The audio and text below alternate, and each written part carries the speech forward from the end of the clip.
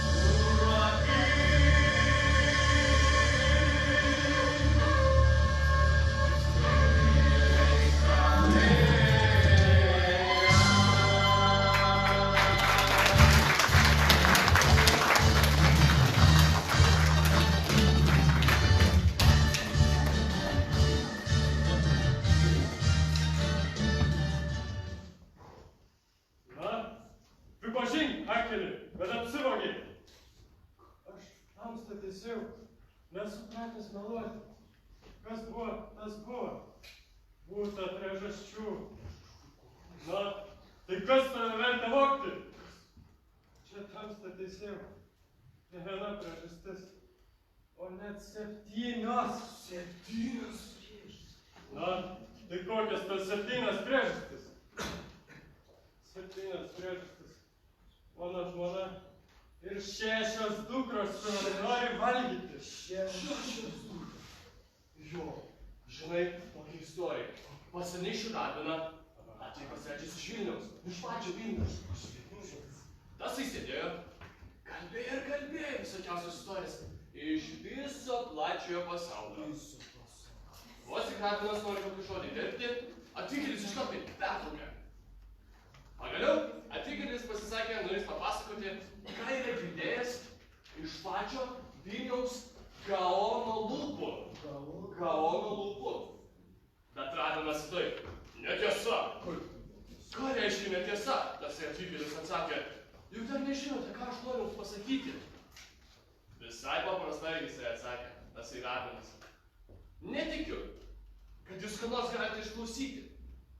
Juk niekam nė žodelio neleidžiate įterpti. Nė žodelio. O žinot ką? Buvo. Kaimietis ir Litvakas susitiko Užigos namuose. Šeimininkė juos gražiai priėmė, pastatant stalo 2 stiklinės arbatos ir 2 riestainius. Didesni ir mažesni. Litvakas sako kaimiečiui, na ką jūs vaišinkitės? Ne, jis atkarto netu, jūs vaišinkitės. Taip jie vienas kitam rodo pagarbą, kol Litvakas galiausiai neapsikentęs nuo stalo paima riestainį. Ir būtent didesnį. Kaimietis susprogdino akis, sako, nu ką jūs? Kur jūsų pagarba? Nuo stalo imti didesnį riestainį, o kitam palikti mažesnį. Ne. Litvakas sako kaimiečiui, o ką jūs, ponas, būtumėte daręs, jeigu pirmas būtumėte ėmęs nuo stalo? Na, aš būčiau pasiėmęs mažesnį. Ne, jis atkarto. O jums ir liko mažesnis.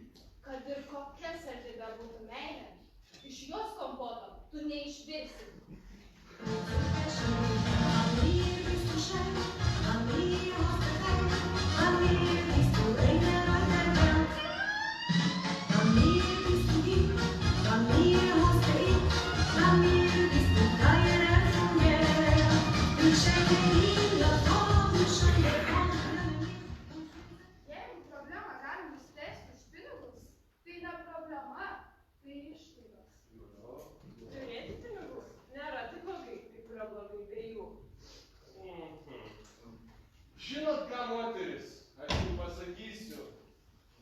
Vyrai daugiau padarytų, jeigu moteris mažiau šnekėtų. Visiškai teisingai. Žinote, kartą nuo ten žinoma Vilniaus vagiščio paguldė į ligoninę įsmijusį ligą. Daktaras atėjo, apžiūrinėjo jį, išrašė jam vaistų, kur reikia imti kas 2 valandas po 1 šaukštą. Tasai nuotelis klausė daktarą. Kokį šaukštą, daktare, jūs man nepradė imti? Paprasta ar sidabrinis? Šypsodamasis daktaras atsakė, gali būti ir paprastas. Brangus daktare, jau kalbėjo tasai nuotelis rimtai.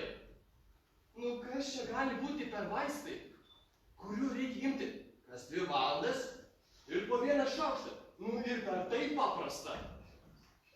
Aš jau mėginau per 1 minutę paimti visą tuziną šaukštų. Ir tai dar sidabrinių. Ir tai mane padėjo pasveikti. Naivuotis. Aš papasakosiu geresnę istoriją. Nu, bandyk. Kartą ligoninėje gulėjo 2 žydai. Abu po kojos operacijos. Ir taip pat abiem buvo gydytojas išrašęs masažus. Tik vat skirtumas, kad kai vieną masažuodavo, jis baisiausiai rėkdavo iš skausmo. O kitas tuo tarpu šypsodavas. Na ir klausė kartą pirmasis antrojo. Kaip tai suprasti? Kaip tai suprasti? Kai man masažuoja koją, aš baisiausią skausmą jaučiu, o tu tuo tarpu šypsai. Kaip tai suprasti? Na ir sako antrasis. Labai paprastai. Kai man masažuoja koją, aš paduodu savo sveiką koją. Žinot ką? Vieną kartą buvo taip. Aš pas Vilniaus traukinio vagone sėdėjau 3. Davarpanis ir Litvanis. Jie valandas važiavo. Žinoma, pralą. O ką jūs galvojate? Davarpanis išsitraukė iš savo sakvojažo servetėlę, pasideda ant stalo, išsitraukė kumpį, jaustų pilnas ligutes ir gardžiuojasi. O Litvakas tuo tarpu išsitraukė iš savo lagaminą laikraštį, išsitraukė silkės galvą, svogūno galvą ir česnako galvą. Irgi taip pat užkandžiavo.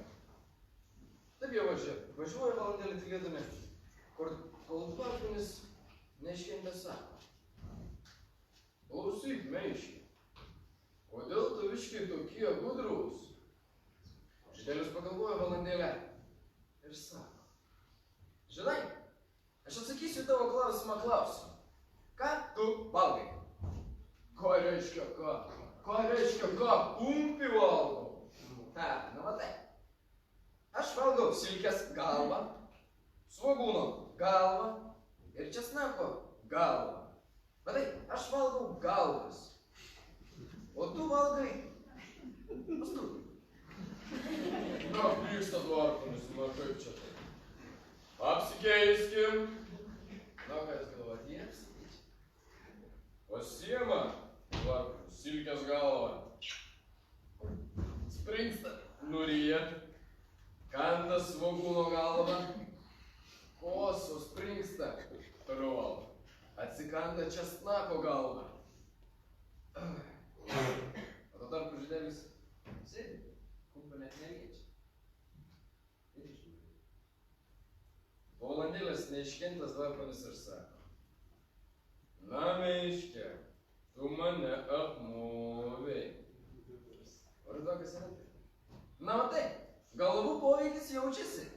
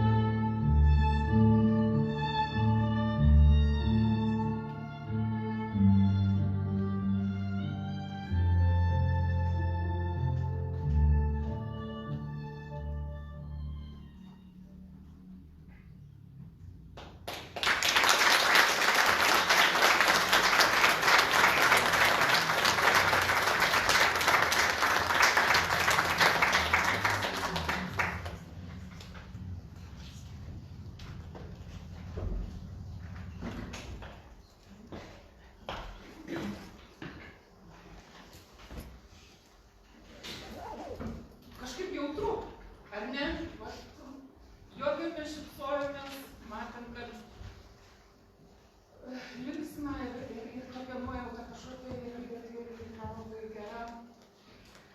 Bet grįžtam į realitetą. Mielieji bendraminčiai,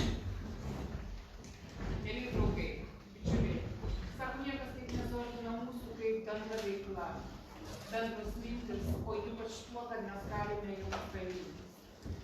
Ir šiandien aš sveikinu visus, atvykusius iš Vilniaus, Raseinių, Ariogavos, Klaipėdos, Papilės, Akmenės, Viekšnių, Sados, Židikų, ko dar nepaminėčiau, Telšių. Tai į mūsų gražų renginį, norėjau pasakyti šventę. Šventė yra tada, kai mes susitinkame, kai mes galime bendrauti. Taigi, įvairių būna pavardžių, liūdnų ir linksmų, įvairių formų. Mažeikių žydų kapinėse, susitikimuose su žmonėmis, kurie pamena linksmas ir liūdnas tos tautos akimirkas. Dalyvaujant stažuotėj Izraelyje ir kaip niekad daug veikia. Iš tikrųjų, šiandien susitikome pasidalinti dar vieną apie tai, kaip žydų Žemaitijos miestelio bendruomenė gyveno mūsų miestelį. Labai dėkoju Ingridai už, jau noriu pasakyti, amžiną globą, už mintis, už pasiūlymus. Ačiū mūsų mokytojams, Silvai, Aigirtui, mokytojai Rimai už poetinę kompoziciją. Ačiū mūsų istorikams ir visiems bendruomenės nariams. Taigi, manau, kad šiandien praleistas laikas bus jums visiems malonus ir prasmingas. Atrasti, suprasti ir sužinoti. Gražios.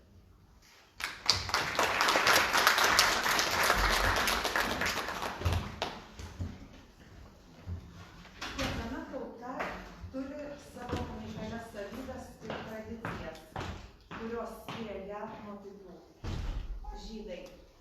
Viena iš savičiausių tautų, turinti seną, bet tragišką istoriją ir tuo pačiu metu tvirtą nacionalinį charakterį.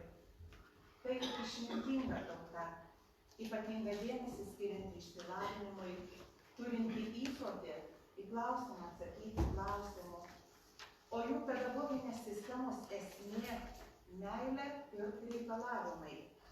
Skaičiuoja jau 3000 metų ir ji nesunaikinama laiko.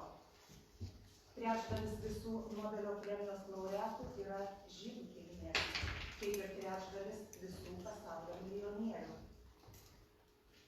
Šiandieninė konferencija skirta žydų tautybės asmenims gyvenusiems šalia mūsų atminti. Daug litvakų žinių išaugino Žemaitijos žemę ir labai daug jų neteko. Kelionę po Žemaitijos miestelių žydų bendruomenės pradėkime nuo savo miesto, nuo savo gatvės, nuo savo kiemo. Kviečiu Mažeikių Merkelio Račkausko gimnazijos gimnazistus Ugnę, Edgarą ir Algimantą.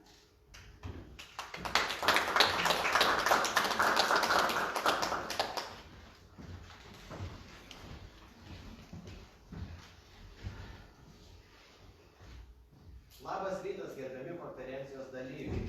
Šiandien mes, Mažeikių Merkelio Račkausko gimnazijos gimnazistų komanda, norime jums pristatyti mūsų kurtą filmą apie mūsų gimnazijos žydų istoriją ir jų likimus. Tad šiandien kviečiu šią temą pažvelgti iš Izraelio Lemperto buvusio mūsų gimnazisto perspektyvos.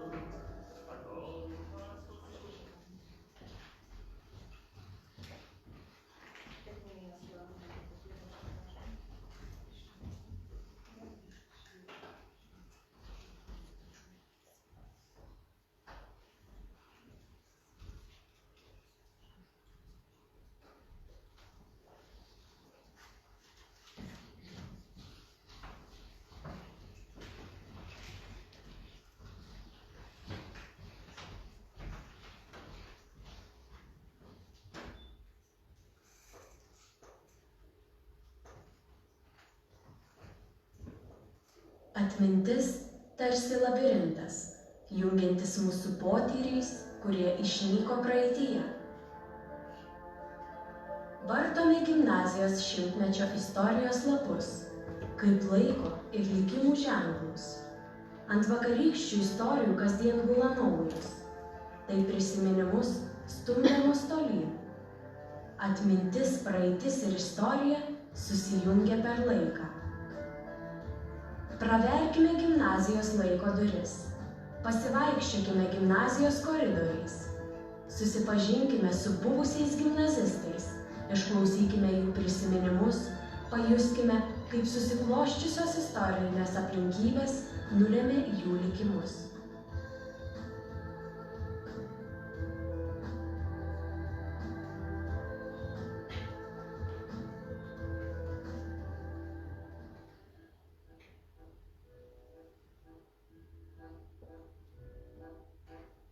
Aš, Izraelis Lempertas, gimiau 1925 m. lapkričio 17 d. Mažeikiuose. Mane pavadino Izraeliu, vienu iš mano prosenelių garbei. Gimiau nepriklausomoje Lietuvoje. Mano mama Liuba Levicson, jidiš buvo mamos gimtoji kalba. Gimusi ir paauglystę praleidusi carinėje Rusijoje, ji gerai mokėjo kalbėti ir rašyti rusiškai. Lietuviškai kalbėjo su stipriu akcentu. Kiek žinau, motinos giminės yra iš Mažeikių. Mano tėvas, Ištukas Lempertas, buvo labai išsilavinęs žmogus. Be gimtosios jidiš kalbos laisvai kalbėjo rusiškai ir lietuviškai. Jis dirbo vyriausiu buhalteriu Mažeikių žydų banke. Aktyviai dalyvavo visuomeninėje veikloje.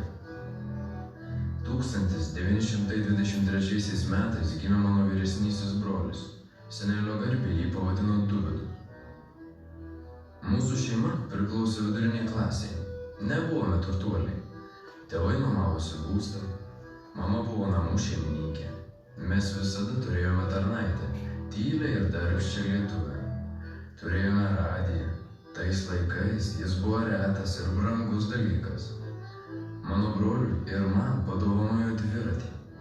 Nedaug žydų vaikų turėjo dviračius. Ir tai buvo savotiška prabanga. Tėvai nebuvo religingi. Mes neminėjome žydiškų švenčių. Nei tėvas, nei motina nevaikščiojo į sinagogą. Didelė dviaukštė sinagoga buvo netoli mūsų butų. Rabinas Mamjofe buvo labai gerbiamas žmogus. Jis gerai sutarė su mano tėvu ir lankydavosi pas mus. Tėvas ir rabinas ilgai šnekėdavosi prie arbatos puodelio. Mažeikiuose buvo žydų pradžios mokykla. Prasimokiau joje keletą mėnesių. Mokiausi lietuviškos pradžios mokyklos 4 klasėje ir po metų sugebėjau stoti į 2 gimnazijos klasę. Dauguma bendraklasių, lietuvių ir žydų, buvo mano draugai. Prisimenu Miriam Ginsburgaitė, Beilė Bekerytė, Simona Kalvarija, Miriam Rabinavičiūtė, Rivka Švarcaitė. Mes gerai sutarėme. 1939 metais gimnazijoje pasijautė antisemitinės nuotaikos. Nežinau, kas taip darė, bet gimnazijos vestibiulyje atsirasdavo antisemitiniai plakatai, būtent žydas su kumpanusimi, peisais, netvarkingais drabužiais, kuprotas. Plakatus nuimdavo, bet kitą rytą jie vėl atsirasdavo.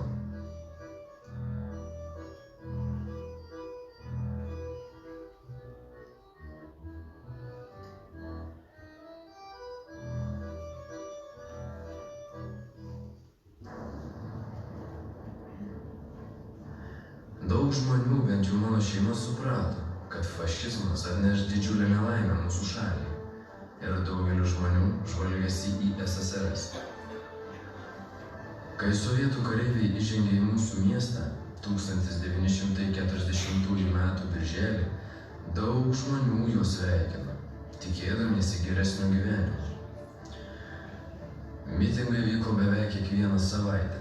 Ir beveik visas miestas rinkdavosi pasiklausyti kalbėtojų. Euforija keitė nusivylimas. Daugelis produktų dingo nuo prekystalių. Liko tik vienos rūšies prastos kokybės duona. Nebuvo pramoninių prekių. Prasidėjo nacionalizacija. Bankas, kuriame dirbo tėvas, buvo nacionalizuotas. Žmonės, kurie turėjo kokią nors nuosavybę ar samdė darbininkus, buvo areštuojami ir tremiami į Sibirą. Mūsų gimnazija buvo pervadinta vidurinė mokykla. Mokiausi 9 klasėje. Įstojau į komjaunimo organizaciją. Vieni sovietų valdžios metai prabėgo labai greitai. 1941 m. birželio 21 d. mokykloje buvo išleistuvių šventė. Grįžau namo vėlai ir ilgai neguliau.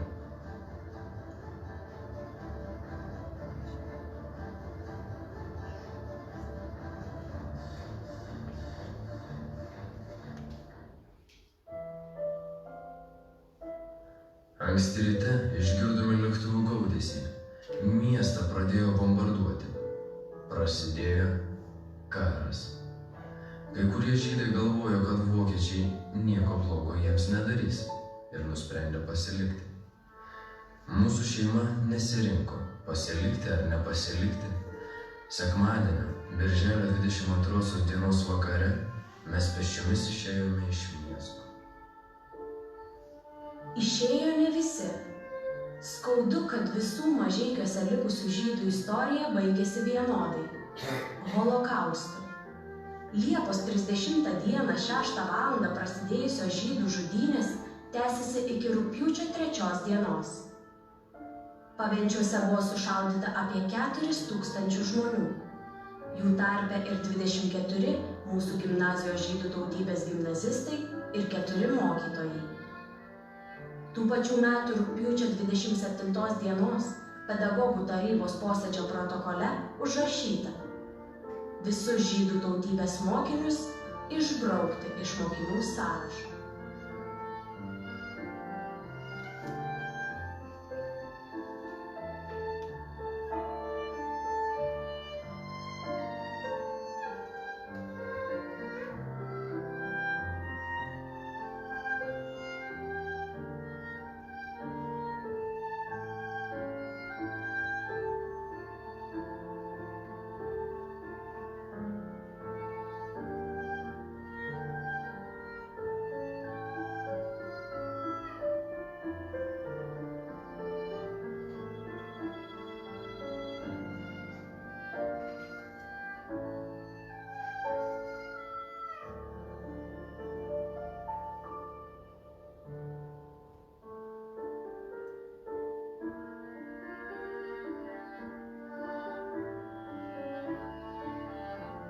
Praeitis, dabartis ir ateitis yra mūsų sąmonės savybės.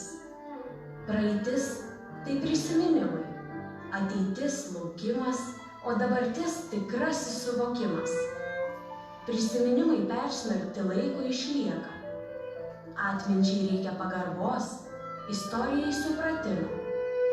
Žvelgdami į pažadą, niekada daugiau privalome suvokti blogio priežastis ir motyvus, aplinkybės ir sąlygas. Tegul laikas išmoko mus mylėti gyvenimą, vertinti artimuosius, tegul išmoko gėrio ir tolerancijos, savigarbos ir nuoširdumo, tegul išmoko atsakomybės ir išmintingumo.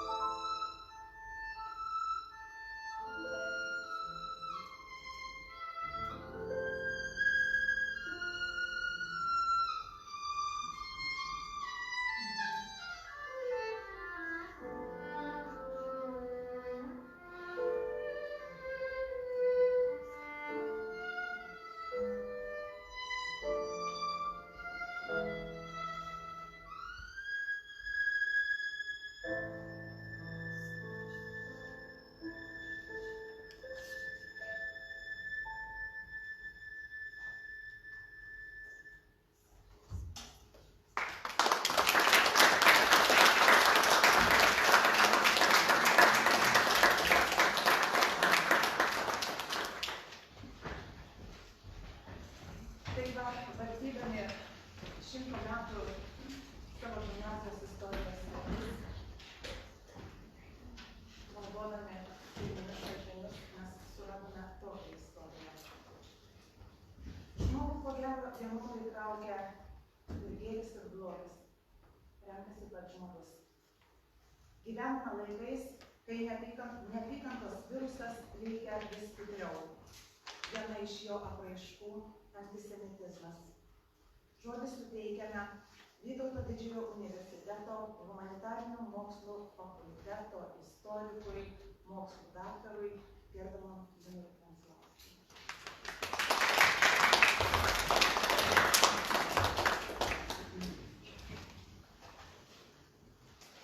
Labadiena, gerbiama auditorija, mane trumpai pristatė Zinas Venclauskas, Vytauto Didžiojo universiteto dėstytojas, tuo pačiu dirbu ir Sigaros fondų diplomatijos žygyboje, to nėra muziejus, tarp garbingų miestų, nepaminėjau pačio garbingiausio svarbiausio, atrodė Kaunas, Kaunas taip pat čia atstovaujamas, aš esu iš Kauno.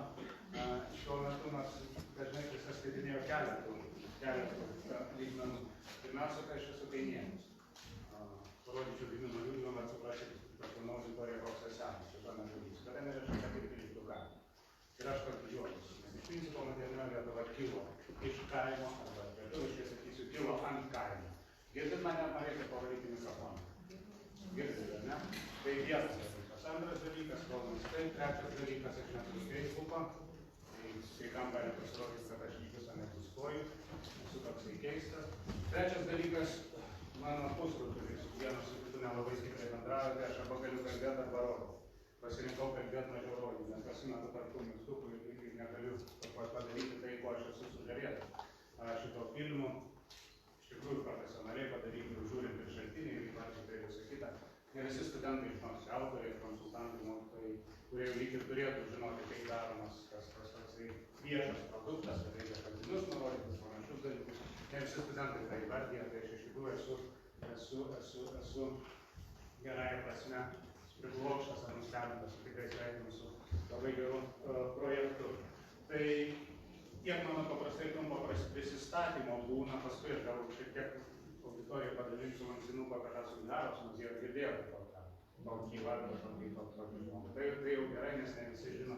Sugihara buvo Japonijos diplomatas kartu su konsulas, kartu su Janis Manterliu, Nyderlandų konsulų Kelmės, Lenkijos pabėgėlius, pirmiausia žydus, kurie atsirado čia Lietuvoje, čia jau kita istorija, dabar mano pagrindinė interesų tema, bet ją labai stipriai nesileisiu, šiek tiek paliksiu medžiagos, galbūt apsilankysite mokykloje, tada bibliotekai dirba parodos katalogas, tai paliksiu daugiau, kas norės, galbūt mokykloje pasivartyti, pasižiūrėti prie bibliotekų.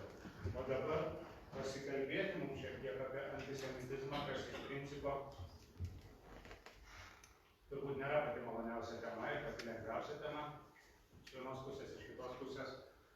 Kartais juokais, kartais rimtai, ypač kada biurokratinį savo gyvenimo etapą turėjau labai nemalonų, nemielą ir galvoju, galbūt nebereikia to daryti. Visą reaguodavau, sakydavau, kažkas turi dirbti ir purviną darbą. Įdomu, kitą kartą emociškai gerai nenuteikiantį. Tai su antisemitizmu turbūt būtų panašus dalykas. Kažkam tai gali pasirodyti ne visai lengva tema. Viena vertus, antra vertus, kad aš pradėjau tyrinėjimus, tai jau gabalas laiko, mane gana dažnai, aš pagal tai matuoju mūsų santykį su mūsų visuomenės požiūrį ir santykį. Gana dažnai manęs klausdavo kokį nors pranešimą ar pasisakymo, sakydavo, tai tu žydas? Ne, aš ne žydas. Kiek žinau, neturiu žydiško kraujo, nors specifiškai netyrinėjau. Tai antras klausimas, tada visiškai logiškas tuo metu atrodydavo, čia kokie 15 metų prieš, gal. Sakydavo, tai kam tu tą darai? Maždaug, čia yra jų istorija. Mano kolega sociologas turėjo įdomesnę istoriją. Jisai tyrinėjo projektą, turėjo homofobiją, žodžiu, homoseksualų santykiai, panašus dalykai. Dėl to paties aš užduodavau klausimą, tai gal tu? Jisai sakydavo, gal ne. Tai kam tu tą darai? Tai čia kas žodis, kuris buvo vis kartojamas tolerancija, ne? Priėmimas, supratimas ir panašus dalykai. Kalbant apie antisemitizmą tarpukario Lietuvoje, Smetonos Lietuvoje, šita vertybė taip pat turėjo reikštis mūsų visuomenėje, mūsų aplinkoje. Nes paprastai, kada aš kalbu, aš mėgstu taip irgi, galbūt iš dalies kažkuria prasme įtakota žydiškos tradicijos pradėti, nes tai yra labai istorinė, net didelė istorinė atmintį turinti tauta. Tai aš irgi pradedu paprastai nuo Adomo ir Ievos, kada reikia kalbėti apie 1840 metų laikotarpį, kai aš pradėsiu nuo Adomo ir Ievos. Ne visai taip, bet į 19 amžių tikrai šiek tiek įžengsiu, nes prielaidos tiems santykiams, kuriuos mes turėjome iki nacių okupacijos ar iki pirmos sovietinės okupacijos, kuri faktiškai, mano įsitikinimu, buvo labai svarbi, kitą kartą įsidrasime su valdome svarbiausią prielaidą holokaustų Lietuvoje įvykti tokiu mastu, kokį jisai įvyko. Jeigu nebūtų pirmosios sovietinės okupacijos, aš paprastai priesakas istorikų sako, kad istorikai neturėtų kalbėti, kas būtų, jeigu būtų išduodu tada savo visas prievolės, nes dar ketvirtas komponentas mano prisistatymą kartais būna, kad aš sergu mirtina liga. Tai tikrai yra istorija. Istorija tai reiškia, kad aš gyvenu kažkur tai 70-80 metų atgal, negu šiandienos pasaulyje. Toks darbas, kurie imsitės plano ar pamokų, tai nežinau. Vėl, truputėlį juokauju, truputėlį rimtai kalbu. Tai jeigu ne pirmoji sovietinė okupacija, aš sakyčiau, kad holokaustas galėjo turėti šiek tiek kitokius mastus ir kitokias apraiškas Lietuvoje, prie to dar prieisiu. Dažnai mėgstu klausinėti auditorijos, dažniausiai mane atsakinėja, kiek įprato pripratęs. Tai jeigu klausimas, kuris gali būti atsakytas žodžiu taip, tai įsivedu paprastai tokią taisyklę savo kalbėjimo metu. Tyla reiškia pritarimas. Jeigu jūs nieko nesakote, tai reiškia jūs pritariate. Jeigu jūs šnekėjote beleką, jeigu jūs tylit, reiškia jūs visko sakinti. Tinka tokia taisyklė. Tai klausimas mano būtų toksai, kaip jaučiate, galvojate, manote, ar lietuviai yra antisemitai? Truputėlį yra.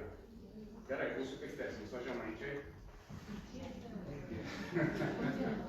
Nes čia matot yra tam tikra kolizija. Viena vertus vėl, mūsų santykius labai stipriai įtakojo, aš kitaip negali būti, įtakojo holokaustas ir tos didžiosios netektis. Ir nuo to mes tada pradedam matuoti praeities įvykius. Ir suprantu ir bandau suprasti, galiu suprasti tuos žmonės ypatingai holokausto nukentėjusius, išgyvenusius ar praradusius savo šeimą, draugus, giminės artimuosius, kurie sako, kad Lietuva yra žydžių kraštas. Aš nenoriu nieko bendro. Yra begalės būtų per daug, bet yra tikrai nemažas skaičius istorijų, kuomet ypač nepriklausomybės pradžioje pradėjo Lietuva judėti ir įvairios delegacijos ir panašūs dalykai ir susitikimai tarptautinėse lygmenyse.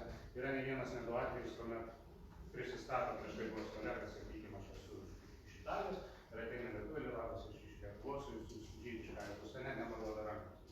Tai yra uždarytas komunikacijos bendravimo kanalas.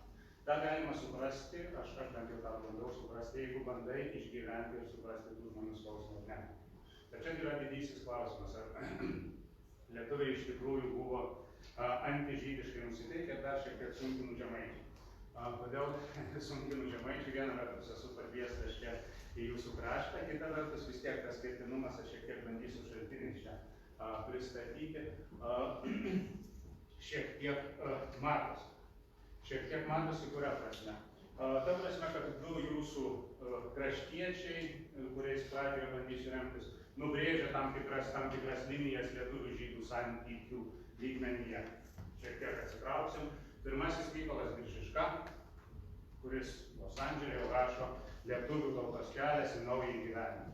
Totalinį reikalą, mano supratimu, bandydamas aiškinti, kaip lietuviai tapo lietuviais. Nes aš esu šalininkas, aš esu konstruktyvistas, aš esu šalininkas, kad tampama tauta, tampama žmogumi, o ne gimstama kažkokiai tautoje pagal kraują, pagal motinos pieną arba liniją. Tarp kažko aš esu toksai labiau relatyvistinių pažiūrų šalininkas. Tai Biržiška, aiškindamas visą mūsų modernybės kelią, parašo vieną frazę, vieną sakinį, aptardamas ir lietuvių žydų santykius, nes tai yra neišvengiama. Didžiausia tautinė mažuma, antra etniškai didžiausia grupė Lietuvoje, ypač mažesnėse miesteliuose ar vadinamose štetlose, tikrai žydai buvo matomi, sutinkami, atpažįstami ir su jais bendraujami. Skirtingai negu dabar. Ne šiandieninis antisemitizmas, sakykime, ar po holokaustinis, po antrojo pasaulinio karo antisemitizmas regione, šiame tarpe Lietuvoje, yra pakankamai keistas, nes tu gali būti antižydiškai nusiteikęs, vaizduot žinai, kaip tai žydas atrodo, kada gyvenimas matas, bet yra tam tikras suformuotas įsivaizdavimas arba pasaulėžiūra, kaip tas vyko, kaip bandysiu šiek tiek trumpai pristatyti. Tai štai Mykolas Biržiška jis rašo taip, kad Lietuvos žydai buvo suaugę su jos kraštu, bet ne su visuomenė. Tai žodžiais tariant, jisai labai aiškiai apmąstydamas, ir Biržiška iš tikrųjų intelektualas, jautęs visuomenės gyvenimą, matomas per visą 19 amžiaus pabaigos 20 amžiaus vidurio istoriją, pagalbos visuomenės narystę, jisai tikrai negalėjo kaip tiesiog parašysiu, įspūdį, impresiją, jisai iš tikrųjų reflektavo, jam tai pasirodė. Suaugęs su kraštu reiškia yra visą laiką čia, bet ne su jo visuomenė. Biržiškos įspūdis, toksai. Jau 70-metį po holokausto pats atsitraukęs išgyvenantis kažkuria prasme tapo likimu. Tas buvimas mažuma, buvimas pabėgėlių, kažkokio netekimas, kas žydus lydi kelis tūkstančius metų, lietuviai irgi tą užsibando dėl antrosios sovietinės okupacijos ir atsiranda tada šiek tiek kitoks galbūt pasaulio vertinimas, kada tu bandai suprasti, kada tu bandai įsijausti arba patenki dėl istorinių aplinkybių, tada šiek tiek kitaip gali pradėti vertinti kitų šalia esančių partijų. Antrasis žemaitis, Ignas Končius, taip pat emigracijoje atsiradęs, taip pat emigracijoje parašęs savo žemaičių šnekas. Nežinau, jūs skaitat, neskaitat, žinot, nežinot. Šiaip jisai griežtamokslio atstovas, fizikas, Vytauto Didžiojo universitete profesoravęs, bet štai vėl atsidūręs emigracijoje, toje trapioje, pažeidžiamoje, mažiau saugioje aplinkoje, jisai sugalvoja, kad jam reikia parašyti tą žemaičių šnekas. Kas yra jo žemaičių šnekas? Tai yra iš principo atsiminimų rinkinys. Kaip jisai gyveno Lietuvoje, bet labai aiškiai išreikšdamas tą savo žemaitišką įpratą. Išreikšdamas savo žemaitišką įpratą, pratarmėje jisai rašo, kad štai aš jau subrendęs vyriškis, jisai gal dar kitaip save pavadina, dabar tas toks žodis, kurio nepalaiko kitinis, nepalaiko senjoras, kitiem nepatinka. Tai būdamas senjoras, sako, aš suprantu, kad reikia daryti, raginu visus, kad mes rinktumėm tą vėl lietuvybės bagažą čia išeivijoje, kad ta informacija nepasimestų. Vėl, ką jūs darote savo projektus, tas yra be galo svarbu ir reikia daryti, nes paprasčiausiai tie žmonės išėjo.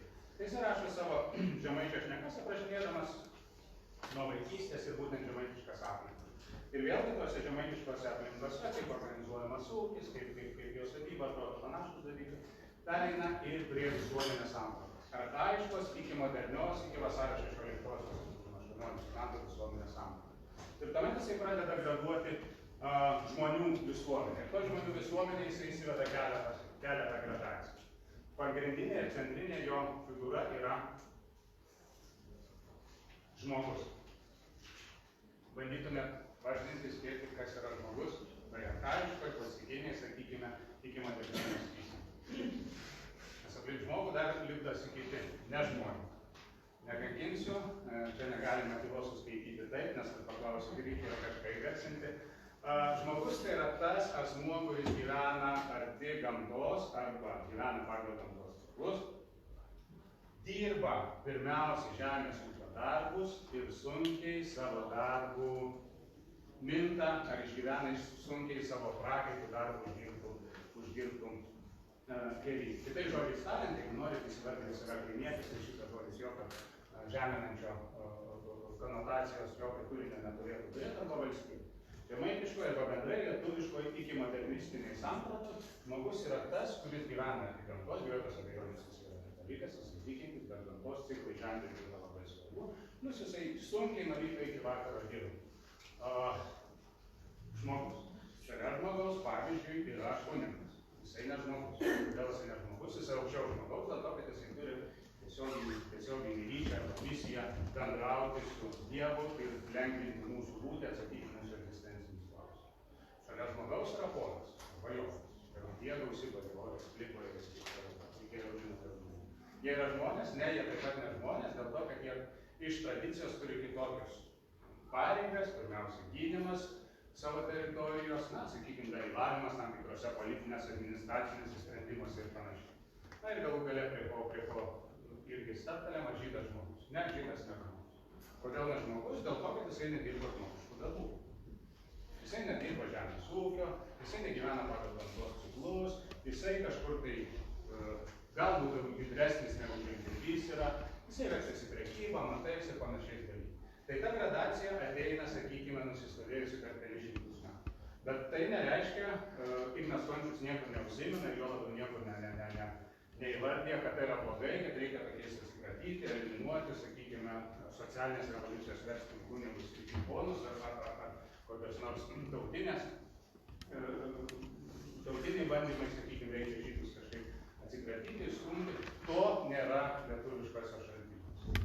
Pirmas šaltinis, vėlgi nuo 19 amžiaus, ar pirmą žinutę nuo 19 amžiaus pabaigos, kada galime kalbėti apie modernę antisemitizmą, visgi Biržiškos ta ištarmė yra labai aiškiai suvokta. Mes visgi nuo žydų turėtume laikyti šiek tiek toliau. Kodėl laikytis atokiau toliau nuo žydų? Aš paprastai šitą pasaulėžiūrą ir raginimus tokius vadinu paternalistiniu požiūriu arba tėvišku požiūriu. Šitoje vietoje mes turime suprasti, bandyti bent jau įsivaizduoti tai, kas vyko Lietuvoje 19 amžiaus pabaigoje, iki vėlgi vasario 16-osios nepriklausomybės akto deklaracijos. Tai buvo nepaprastai intensyvus gyvenimas, dideli pasikeitimai ir pagaliau lietuvių visuomenės dalyje subrendo noras tapti savarankiškais nepriklausomais. Jeigu žiūrim pagal formalias datas, ar ne, Abiejų tautų Respublikos padarymas yra mūsų valstybės praradimas. Tai gerą 100 metų mes jau gyvename nelaisvę, ar ne?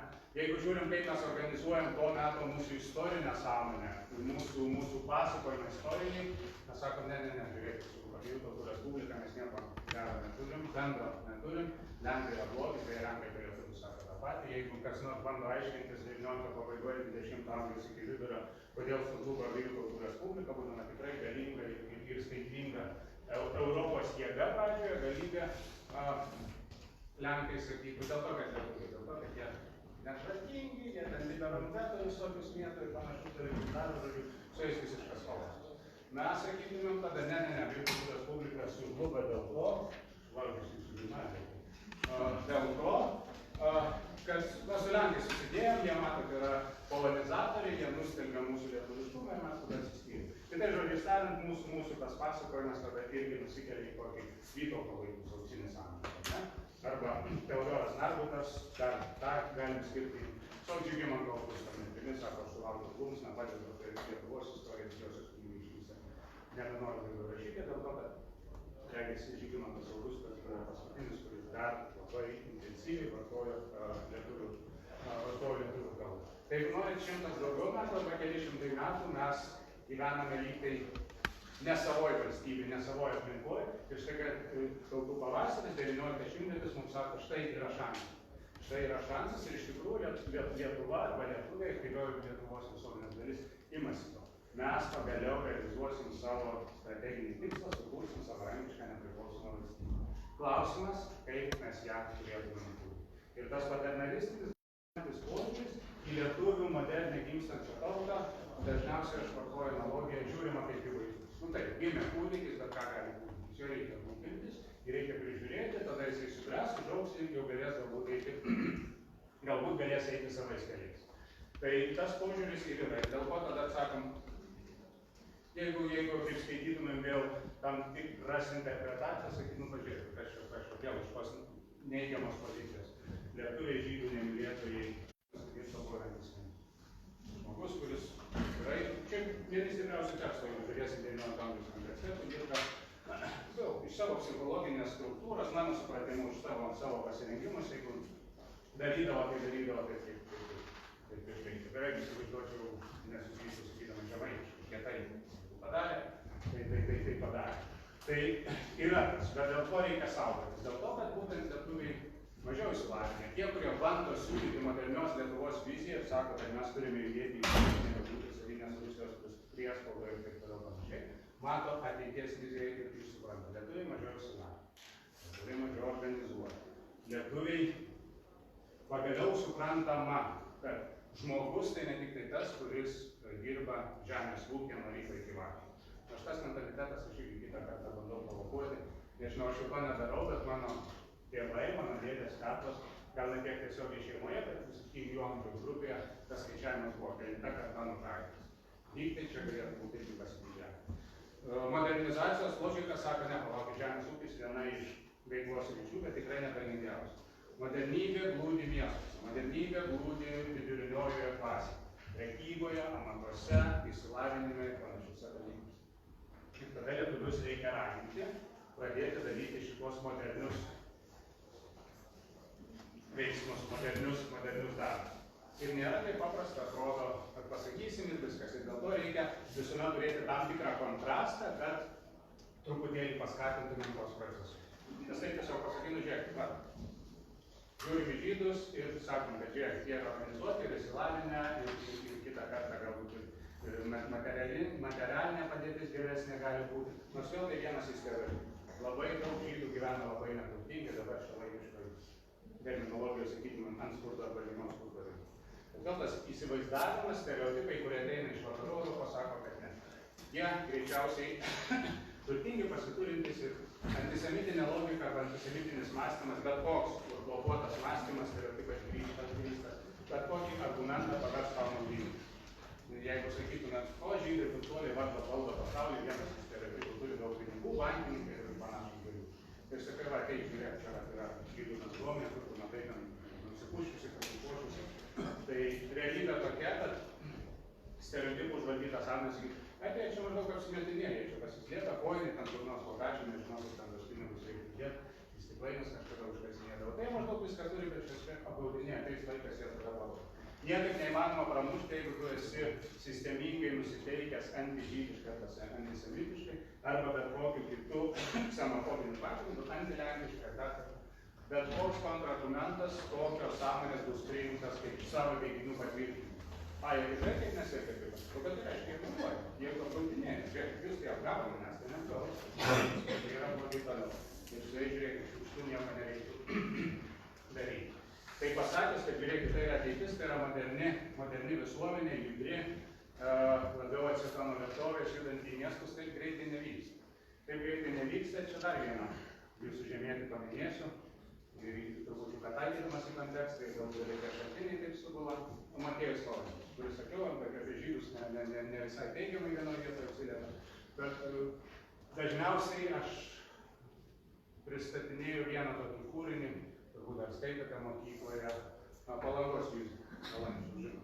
Tai yra pirmoji rašytinė viešai išpublikuota lietuvio sėkmės istorija.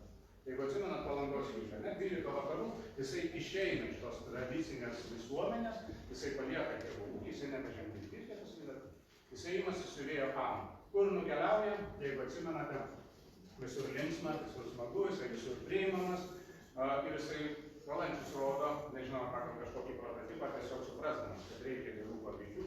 Žiūrėkit, nebūtinai paskui Žagrės 30 kažkelinta kartą ir kiek ten negražu. Yra ir kitų variantų ir jisai yra sėkmingi.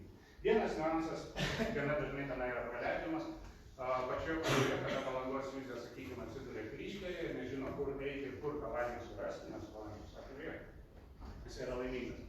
Jisai pasiklausė vietinį žydų. Ir vietinį žydas vėl sako, eik tenai, bet į tą kaimą ir ten, kur rasi darbo, ir prasideda visa ta gyvenimo istorija arba visas gyvenimo ciklas. Tai vėl, jeigu sudedam į visą sistemą, Valančiaus arba tokios Kudirkos kūrinius, tai matai, kad žydai yra kritikuojami, bet yra tik vienas iš kritikos objektų.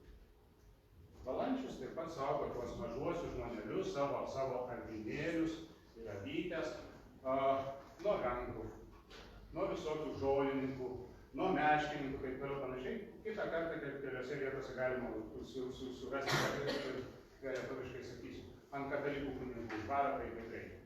Vadina durniais ir visai kitą. Tai vėl, jeigu jisai būtų sisteminis antisemitas, jam žydai būtų blogi, o visi kiti, tada ir ypač savi. Tada jeigu ta sąmonė yra labai ribota, tą, ką mes pasirenkam puolimo, atstumimo, išskyrimo objektų, ką bedarytų, visuomet jie blogi. Ir priešingai, tada mes turim savo pusę ir ką mūsų pusė bedarytų, visuomet mes teisus. Lygiai taip pat, kaip šiek tiek šokant į pirmąją sovietinę okupaciją, tai didžioji dilema, kad žydai pardavė Lietuvą sovietams, yra toksai stereotipas, ar ne? Sakom, žiūrėkite, pagal sąrašus, pagal sutartį, ir Maslauskienės, atsiprašau, ir Sužiedėlio tyrimai rodo, kad nieko panašaus nebuvo. Skaičius sako visai reikia. Buvo labai stipriai lietuviški tie komunistiniai kadrai ir panašus dalykai. Ir tokia tada logika ribota, arba stereotipais grįžta, sakytum. Ir faktiškai tai buvo 41 metų vasaros antroje pusėje, kuomet aktyvistai ir vėliau ir naciams prisijungus, o priešus bent jau suimdavo. Tai būdavo bolševikai ir žydai, nes žydai ir bolševizmas nacijų teritorijose buvo tas. Ir pradžioje tie žudimai iš tikrųjų pirmomis dienomis skirtingose vietovėse vykdavo, tiesiog reikia sunaikinti savo priešus, nes arba žydai ar lietuviai. Bet paskui ta logika pradėjo šiek tiek keistis ir sakant, žydo tai nepakeis, nes pardavė Lietuvai, lietuviai komunistai. Nu, jie suklydo, jie matyt kažko tai nepasvėjo, jie dar gali pasitaisyti. Gal tada jie įmano dar gali. Iš tikrųjų, tie lietuviai komunistai buvo paleidinėjami. Maždaug ta logika, kaip sakau, savus visą laiką gins, savus visą laiką pateisins, o tuos, kuriuos pasirenka atskirimo subjektu, visuomet ant jų sukars visus šunis. Bet čia atsitinka tas, be jokio patoso, labai nuoširdžiai sakau, atsitinka stebuklas vasario 16-osios dienos. Mano supratimu, tai yra stebuklas, tai buvo stebuklas. Ir jau einant iki vasario 16-osios, pakankamai neigiamai, sakykime, galima sakyti, vaizduojami lietuvių žydų santykiai. Bet kada kalbame apie lietuvių žydų santykius, mes turime turėti 3 plotmes mažiausiai. 3 plotmes mažiausiai, kada mes kalbame. Pirmoji plotmė ir prie jos aš beveik nesustosiu ir kitą kartą jau sunku tą padaryti. Bet jūsų projektai, manau, dar padaro ir dar kartą pasikartosiu, kad tai yra labai svarbu ir prasminga. Asmeniniai santykiai, asmeninis lygmenys. Bendraujant kaip kaimynai, bendraujant kaip klientai, tai yra vienas. Ir jeigu per šitą prizmę žiūrėsim, vėl kaip su filme aš tai išgirdau, 38-39 metų, Lembertas nemini, kad buvo kažkas blogai, kažkuriam tai taške pasikeitė. Ir daug tokių atsiminimų bus, sakytų, iki tų pačių nacių okupacijos laikotarpio, metai, porą metų, sovietinio okupacijos. Iki to laiko mes labai gražiai sugyvenome. Jeigu lietuviškai žiūrėsim pusę, jeigu žydiškai žiūrėsim pusę, asmeniniam santykių lygmenyje atrodo paveikslas buvo vienodas. Antras lygmuo tada yra politinis administracija. Čia jau tie, kurie turi valdžią, tie, kurie turi sprendimo galią, gali kažkaip tai įtakoti. Nes nepaslaptis ir ypač cariniai Rusijai vyko pakankamai aktyviai žydų pogromai. Ne? Tiesiog susiorganizavusi grupė, gana dažnai kaimynai, užpuola žydų bendruomenę. Žydai, be jokios abejonės, būdami mažuma, būdami, sakykime, tokiai pažeidžiamoj situacijai, dažniausiai nesivyko. Ir kas gali sureguliuoti pogromą, būtent valdžia arba administracija. Nuo jos požiūrio, nuo jos sprendimų priklauso. Siunčiu policiją, siunčiu kariuomenę, bandau išsklaidyti kylantį konfliktą, pasitelkdamas man suteiktas. Na, palaukiu ir galvoju, nu taip jiem reikia, maždaug nuleis kraują ir viena ir kita pusė bus man mažiau galvos. Tai toks galvojimas irgi gali būti. Ir čia iki 26 metų stabtelsiu vienokią situaciją, po 26 nuo valstybės karas, nors net čia galim sakyti, kad mes praradom savo pluralistinį ūgį, demokratiją ir panašius dalykus. Bet Tomas Venclovas parašęs tokį esė Laimė įvairovės. Taip sakydamas, jeigu ne įvairovės, mes neturėtume visos moderniosios, netgi moderniosios savo poezijos. Tai aš šiek tiek skolindamasis Venclovas mintį, gana dažnai sakau Laimės Smetona. Jeigu ne Smetona ir ne jo administracija, paveikslas galėjo būti kitos. Nes Smetona, būdamas nacionalistas, tautininkas, tuo pačiu moderuotas ir tolerantiškas, jisai taip suprato lietuvių tautos tą istorinį momentą. Jisai palaikė lietuvių tautos įsitvirtinimą ir kopimą Lietuvos valstybei. Bet su nuosaikiomis priemonėmis. Smetona niekada nepasisakė, kad reikia kažką tai daryti prieš tautinės mažumas. Aišku, žydams priekaištaujama įvairiausiose sferose, nuo to, kad jie nevartoja lietuvių kalbos, lyg tai nesupranta lietuvių tautos interesų svarbiausių, dažnai buvo priekaištas. Todėl, kai jie Lietuvoje gyvenantis, valgantis lietuvišką duoną, nekalba lietuviškai. Kaip gali būti. Iki to, kad jie išpažįsta klaidingas ideologijas, vėl ypač iki 26 metų, bolševizmas kažkur tai su žydais buvo siejamas, bet tai buvo, sakykime, europinė pasaulinė tendencija. Bet lygiai taip pat politinėse debatuose, renkant mūsų seimus, žydų korta dažniausiai, aš taip vadinu, buvo naudojama. Ir ji buvo naudojama labiausiai konservatyvių dešiniųjų jėgų arba organizacijų. Krikščionių demokratų spauda, jeigu paskaitytume rinkiminės kampanijas, dabar jau mes sakytume, jos ne visai skaniškos, jos ne visai gražios. Tiesa, ikonografijos prasme, ar karikatūrų, ar kažkokių piešinių pajuokiančių periodikoje nėra labai daug. Gal tai buvo susijęs su kaštais ar panašiais dalykais, daugiau viskas, visi tie stereotipai buvo skleidžiami žodžiu. Tai per tos rinkimus būdavo visko. Tai krikščionių demokratų dažniausiai būdavo sakymas, žiūrėkite, jūs nebalsuokite už socialdemokratus. Jeigu jūs balsuojate už socialdemokratus, tai jūs iš tikrųjų balsuojate ne už juos, bet balsuojate už jį. Vėl pagal tą stereotipinį galvojimą, sąmonės vaiduoklius, fantomus, įsivaizduojama, kad už bet kokio tavo oponuojančios jėgos stovi tas pagrindinis variklis, pagrindinis judintojas. Šiuo atveju buvo matomi žydai. Tiesa, aš nesakyčiau, kad krikščionys demokratai nuo savo viršūnių iki pat savo apačios visi buvo antisemitiškai nusiteikę. Čia įsijungia moderni logika arba moderni manipuliacijos technologija.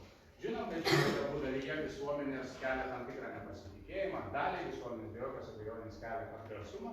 Tai instrumentiškai aš panaudosiu ir sakysiu, kad žiūrėkite, iš tikrųjų tai ne.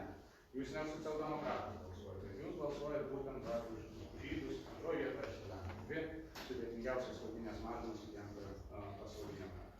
Ir dalinai 26 metų valstybės perversmas kaip tik ir vyksta dėl to, kad kairuoliškos jėgos laimi daugiau mandatų, į koaliciją pasikviečia tautinių mažumų atstovus ir tuomet tie, sakykime, dešiniosios ideologijos atstovai griebiasi už galvos ir sako, va, tai žiūrėkit, demokratija nelietuviam. Ką jie daro, sugriaus mūsų valstybė. Ir prie to prisijungia visa ir istorija, ir mitologija, visos valstybės, visos tautos tą turi, ar ne, kad mes sukūrėme mūsų protėvių krauju, mūsų tėvų krauju, laistytas šitą žemę, mes turime pagaliau savo valstybę. Žiūrėkit, mums atrodo, kad mes ne į tą pusę pasukome, vien tik tai dėl to, kad per daug laisvė. Vėl tas paternalistinis požiūris, konservatyvių jėgų galvojime išryškėja. Ir sako, ne, mes turim pasirūpinti savo tautą. Mes turime dar ją brandinti. Mes turime laisvą pasirinkimą ir daro nesąmonę. Tai negali, ne? Turi galvoti atsakingai, ką reiškia galvoti atsakingai pagal mano įsitikinimus, taip kaip aš galvoju. Jeigu galvojam taip kaip aš, tada viskas tvarkoja. Tai yra viena iš priežasčių, dėl ko karas nesivyksta. Bet, kaip sakau, tautininkams įsitvirtinus politikoje, administracinėme lygmenyje, jie bet kokius konfliktus bandė minimalizuoti, bet kokius konfliktus bandė spręsti, pradedant Smetoną, tautos vardu arba tautos tėvų, du terminai buvo vartojami, neturiu laiko šiek tiek pakomentuoti, ką semantiškai tai galėtų reikšti. Baigiant administraciją, vidaus reikalų ministro pasisakymais, policijos vadų ir taip toliau panašiai, visą laiką iki pat 40 metų buvo labai aiškiai sakoma, kad bet koks antisemitizmas arba bet kokia ksenofobija, tautinių mažumų diskriminacija nebus toleruojama. Ir vėl iš tų, kurie nebuvo patenkinti Smetoną kaip lyderių, nes kai kam jisai atrodė kad minkštas, koks jisai čia ir tada buvo neautoritarinis režimas, sąvoka vardantas autoritetinės. Autoritetas, žmogus turėjo būti pavyzdys, įkvėpėjas ir taip toliau panašiai. Koks šis autoritetas, kad nesprendžia dalį atrodė gyvybinių klausimų. Tai gyvybiniai klausimai buvo jau tada aiškiai suprasta. Ekonomikoje įsitvirtinti, miestose įsitvirtinti, formuoti tautinę lietuvišką klasę, radikaliai galvojantį visuomenės atstovų sluoksniuose, tai atrodė tinkamas. Ir tą galima padaryti administracinėm priemonėm. Italija dalis sakė, va žiūrėk, Musolinis tam padarė švartas. Tai tikrųjų atrado itališkumo esmę, sukūrė sistemą, jau nekalbant apie nacių Vokietiją. Nors vėl, jeigu tiek, kiek viešumoje matom tų pasiekėjų prisipažinimų arba simpatijų išreiškimų, visgi didesnis herojus regis buvo Musolinis, ne Hitleris. Hitleris, Musolinis ir Musolinė Italija daug kam atrodė sektinas pavyzdys. Buvo aišku ir nacių sekėjų, ir Hitlerio sekėjų, kurių situacija vėl suspiravo po 39 metų kovo mėnesio, kuomet Klaipėda buvo atimta iš Lietuvos, tada jau pradėjo galvoti, gal ir netoks visai tam geras ir kietas, kaip vaizduojasi, nes paprastai paprastai sakant, mus irgi skiria, iš mūsų kažką. Kiti, aišku, džiaugiasi, galvoja, pagaliau tą svajotą santvarką priartėjo arčiau prie mūsų. Tai tas antrasis lygmuo, politinis administracinis, kurio dėka pirmiausia, mano galva, mes ir išlaikėm tą tokį subalansuotą santykį. Trečiasis lygmuo, žodžio, arba toks jau gudresnis pasakymas, diskurso lygmuo, arba viešosios erdvės, taip kaip rašoma, taip kaip kalbama. Tuo metu laikotarpiu vėlgi, jūsų sukurtas filmas liudija, pagrindinis šaltinis buvo rašytinis žodis. Spauda, periodika, nes radijas buvo retenybė arba prabanga. Jau plito radijas kaip toksai, čia jau vėl būtų visa atskira teorija, kas yra paveikiau. Ar žodis, ar garsas, ar vaizdas, ar žodis ir garsas, visi sakytų, kad vaizdas mus labiau traukia, labiau paveikia. Bet tai buvo formuojama žodžio lygmenyje arba tekstų lygmenyje. Ir kaip sakiau, tie tekstai buvo priklausomai nuo situacijos, bet jau būdavo galima surinkti tikrai kiekvienais metais pakankamai sociologai, sakyčiau, reprezentatyvų skaičių tekstų, kurie žydus kaltintų vienu ar kitu nusikaltimu. Kaip sakiau, tas nusikaltimas dažnai priekaištai dėl kalbos nevartojimo, dėl bolševikinių idėjų skleidimo arba oponuojančių valdžioje nesančių partijų palaikymų, iki kasdienių socialinių-ekonominių santykių. Kad žydai dominuoja, užėmė geriausias vietas, gauna valstybinius užsakymus ir panašūs dalykai. Kita vertus, vėl, jeigu žiūrėtumėm kontekste, tas socialinė įtampa, socialinė-ekonominė įtampa buvo matyti visose valstybėse, ypač tose, kurios susikūrė po 18 metų po pirmojo pasaulinio. Tai Lietuva čia irgi nėra kažkokia labai didelė išimtis. Išimtis ir kažkuria prasme galbūt gerąja prasme būtų galima sakyti tas lietuvių žydų santykių vaizdavimas to meto šaltiniuose, to meto periodikoje nuo 18 iki 40 metų, kad ten beveik nebuvo rasistinės antisemitizmo, nebuvo perimama geriausia kabutėse Deršturmerio retorika ir geriausios iliustracijos, kad žydai yra degeneratai, supuvus rasė, kad jais reikia atsikratyti, juos reikia izoliuoti, dėl to, kad jie užterš mūsų, ir svarstymai visokie apie santuokas, mišres ir panašus dalykai. Taip stipriai nebuvo žydų. Tiesa, čia kitą kartą aš irgi tampu nepopuliarus ir toks nors lengvatiškas, bet nieko neiškreipydamas šaltinius turiu kad įrodyti. 4-10 pabaigoje, prieš jau sovietinę pirmąją okupaciją, buvo tokių pasvarstymų, pavyzdžiui, Antanas Maceina, čia mes matom kaip tokį vienas svarbiausių kolektyvų ir filosofų mūsų lietuviškoj Lietuvos filosofijai. Tai jisai panašius svarstymus yra šiek tiek filosofiškai taip apie grinumą, apie tautos brandą, kad nereikia svetimo kraujo, kad mes patys save turime ugdytis. Tai tas paternalistinis požiūris, žiūriu laikas mane veja prie pabaigos, tas paternalistinis požiūris, kad reikia saugoti lietuvių tautą, ją puoselėti ir tai aišku tada vengti įmanomai didesnių pavojų. Nes dar vienas pavyzdys šito vietoj galėtų būti to paternalistinio požiūrio, ne tik tai su žydais susijusi, o su spaudos cenzūra, nes vėlgi nuo 37 metų prezidentas Antanas Smetona, jisai iš principo irgi rašto žmogus, jis yra publicistas, atgimimo veikėjas, šiaip geras stilistas, gerą plunksną turintis žmogus, bet jisai vienam iš savo samprotavimų yra sakęs, kad spauda, laisva spauda šiandienos Lietuvos visuomenė yra kaip vaikų į suaugusiojo baką. Nebais, susipainios, nugrius, susimuš, nusisuks sprandą, kas tik tai norit, galite įsivaizduoti, kad švelnus scenarijų arba labai baisų scenarijų. Bet iš principo pavojus yra čia. Kai lietuviai subręs, kaip po visuomenė, kaip po tauta, tuomet galėsim turėti laisvės spaudą. Beje, panašiai Vytis Smetona yra sakęs ir apie demokratiją. Jis nesakė, kad demokratija yra nereikalingas dalykas. Tai nėra ta forma, kurioje mes turime gyventi, dėl to, kad demokratija nėra tvarkos, nėra stabilumo, rinkimai viską sugriauna, ką mes buvome kažką pasiekę, taip toliau. Lygiai taip pat jisai samprotavo sakė, gal kai ateis laikas, lietuviai galės gyventi demokratinį. Dabar mes dar nesubrendę kaip po visuomenė. Tas paternalistinis požiūris vėliau, 3-4 dešimtmetyje, jisai išauga vėlgi, jeigu skaitom periodiką, jeigu skaitom spaudą, šiuo atveju nėra taip labai svarbu, ar tai bus dešinioji. Socialdemokratinė kairioji galbūt šiek tiek nebesima tokia retorika, bet ypač dešinioji, konservatyvios ir krikščioniškai demokratiškos orientacijos spauda perima arba tautiškumą žadinant, čia Šaulių trimitas galėtų būti tame laikraštyje žurnale irgi antisemitinių straipsnių galime surasti. Būtų peraugimas 3-4 dešimtmetyje tokį šeimininkišką padėtį. O visai šeimininkišką padėtį. Ta prasme, kad mes jau sustiprėjom, bent jau periodikos autoriai, sako, mes jau kaip tauta sustiprėjom tai, kad mes galime diktuoti savo taisyklės. Mes galime pasakyti, kaip mes turime gyventi. Ir čia tada prasideda ta amžina, po šiai dienai besitęsianti retorika. Nu taip, čia yra mūsų valstybė, čia yra mūsų taisyklė. Jeigu jums nepatinka, važiuokite čia, ko čia, važiuokite pas save į Palestiną, važiuokite pas save į Varšuvą, ko čia dabar. Sėdite ir karvėse. Čia negerai, mušėtės ir prašau. Mes pasisakom už visų tautų lygybę, čia tokia klaidinanti manipuliatyvi retorika. Mes pasisakom už visų tautų lygybę, tai mes susikūrėm savo, jums nepatinka važiuoti. Visiškas ignoravimas istorijos, patirties, kad galbūt tiem, kuriems sakai važiuok iš čia, jų protėviai daug gyvena negu mūsų protėviai šitoj teritorijoje panašus dalykai. Tai tas šeiminiškumo pajutimas irgi periodikoje šiek tiek jaučiamas ir skatinamas. Štai pagaliau mes turime atbaigti tą modernų lietuvišką procesą. Susikurti savo valstybę pagal savo lietuviškas taisyklės. Bet kaip sakau, čia yra viešoji diskusija. Radikalesni straipsniai, aišku, yra cenzūruojami arba iš viso neišteigiami. Ir tas sprendimo arba galios priėmimas, dar kartą kartuosiu su Laimės metoda, suformuoja tokius santykius, kad viešoji erdvė yra pakankamai ramu. Idėjos sklando visokios, tame tarpe yra išgydytos, bet iki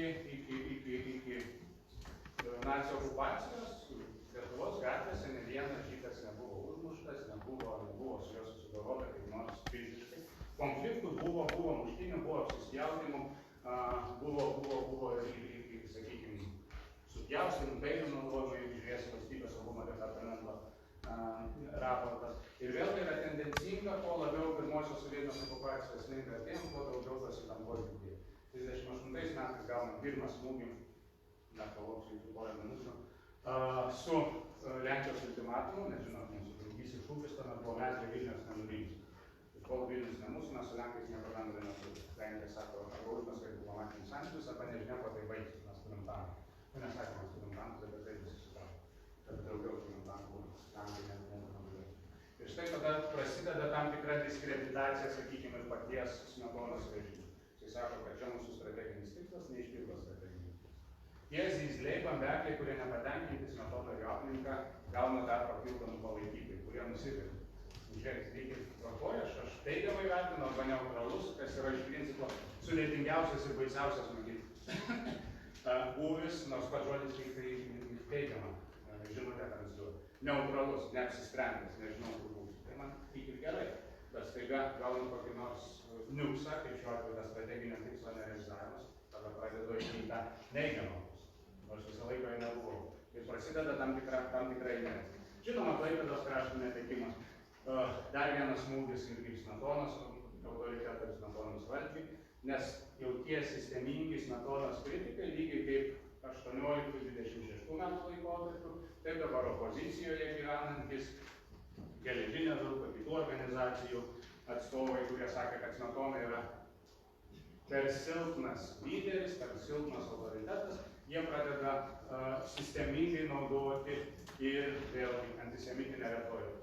Smetona blogas dėl to, kad jisai silpnas, bet blogas antrasis argumentas dažniausiai, arba net pirmasis, kaip jis sakė, dėl to, kad jisai palaiko žydus. Ir prasideda visos titulatūros, turbūt girdėjo, kad Smetona žydų karalius ir panašus dalykai.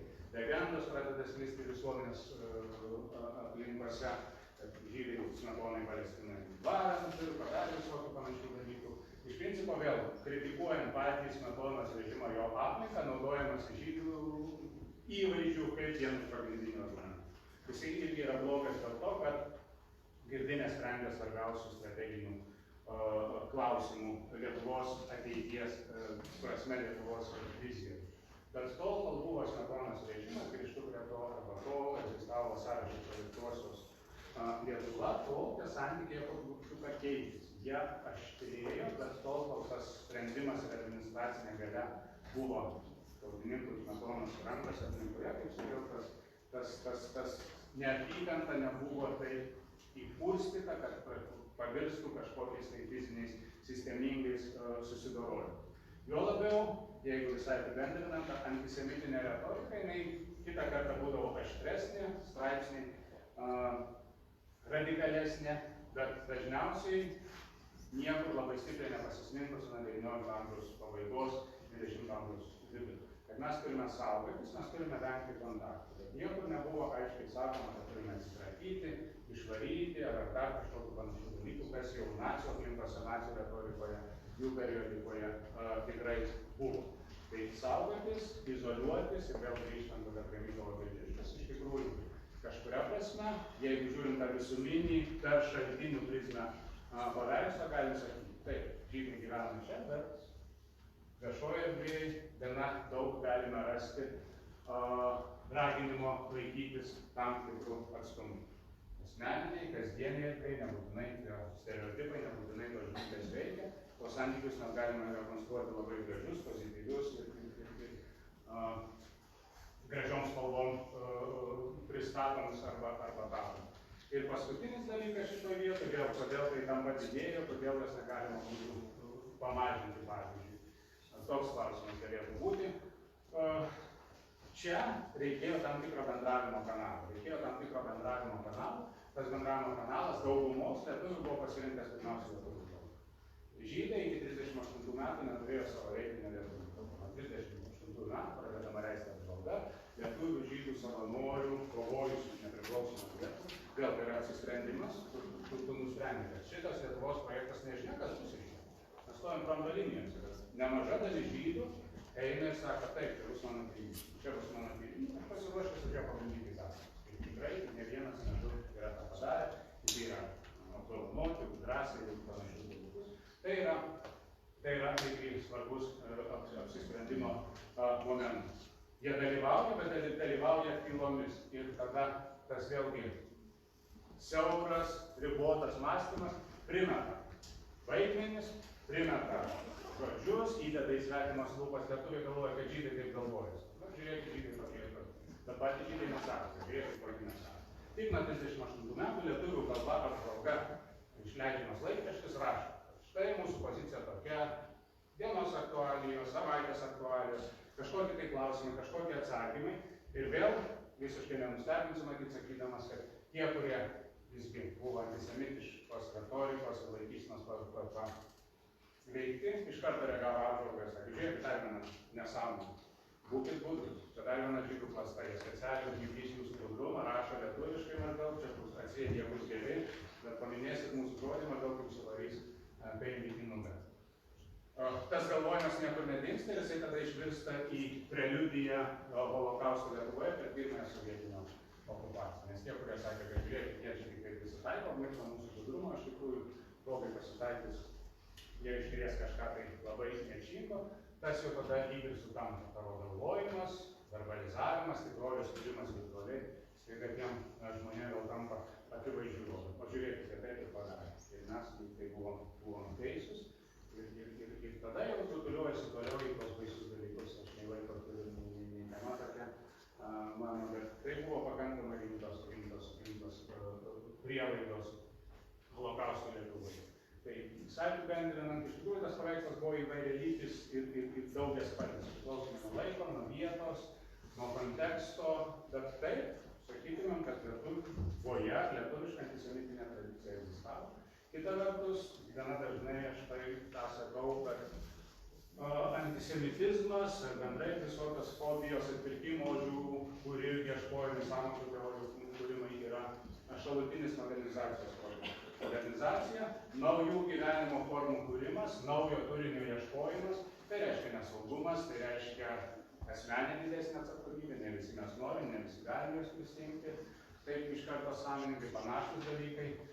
Trečia vertus, tuo metu tapatybė buvo kuriama pakankamai kieta, čia jau klasikas sakytų, jeigu turi savo tapatybės modelį, tai labai baziniai ir grūdai, tada aš ir kitas labai yra svarbu.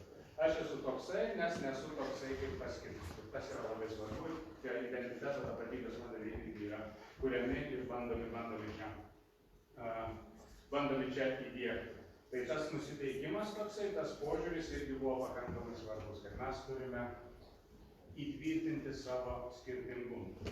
Viena, antra, jeigu mes susidurėm su iššūkiais ir kaip po visuomenė, arba kaip jau individai nesugebam arba nenorim reflektuoti ir sakyti, tai susiklydus su žmogus. Kas nėra lengva pasakyti, visuomeniškai, nei bendruomeniškai kitą kartą būna. Dėl to yra labai svarbu turėti faktai. Šiaip jeigu jų nebūtų, tai viskas būtų gerai. Jeigu ne tie žydai, tai mes klestėtumėm ekonomiškai, gyventumėm ir nebūtų jokių problemų. Jeigu ne tie lenkai, tai mes turėtumėm idealią politinę sistemą.